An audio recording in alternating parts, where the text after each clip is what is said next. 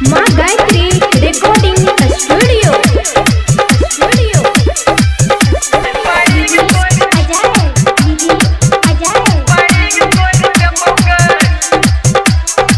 हई बंगाली हम छौरी नचनिया तो सट न गए।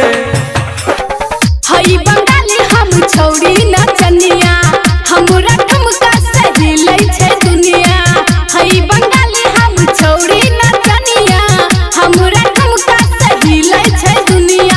लहंगा से देबो हम झापी, हाँ लहंगा से देबो हम झापी। अच्छा कहबे मुरी रगड़ नहीं देबोगे।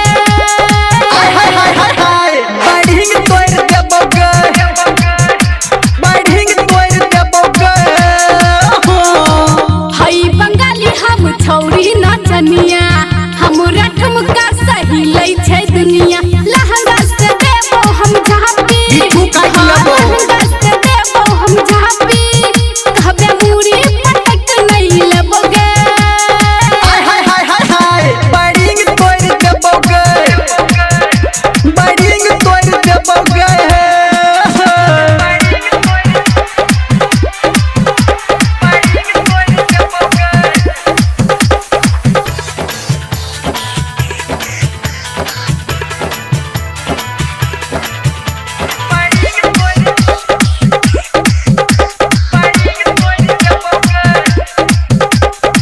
तिखी बाजार के हम छिए छौरी हाथ लगे बेत जर जेतौ डोरी। बाप रे बड़ करू छिके। तिखी बाजार के हम छिए छौरी हाथ लगे बेत जर जेतौ डोरी। हम छिए नरम तू छिके गरम, कहबो जे ऊपर त भ जेतौ शरम। हेरे हमरा से होई जाय छै गंगा। अच्छा। हेरे हमरा से होई जाय छै गंगा। कहबे तोरा गली नहीं एबोगे। बढ़िंग तोड़ देबोगे, बढ़िंग तोड़ देबोगे।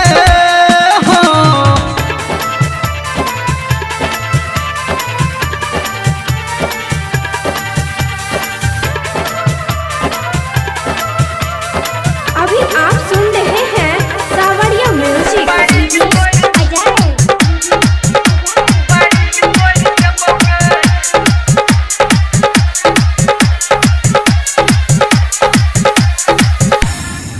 आगा से पीछा जे देखबे हनुका के गर्दा छोरा देबो भुइया सुता के। तो ठीके छै हमरा बोतर में तू पर से।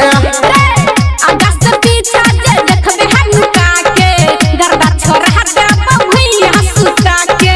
कहो धर्मेंद्र एना नहीं कूदी, संजय गौतम से बात के बुझी बुझली गई छमकी। हेरे बेसी नहीं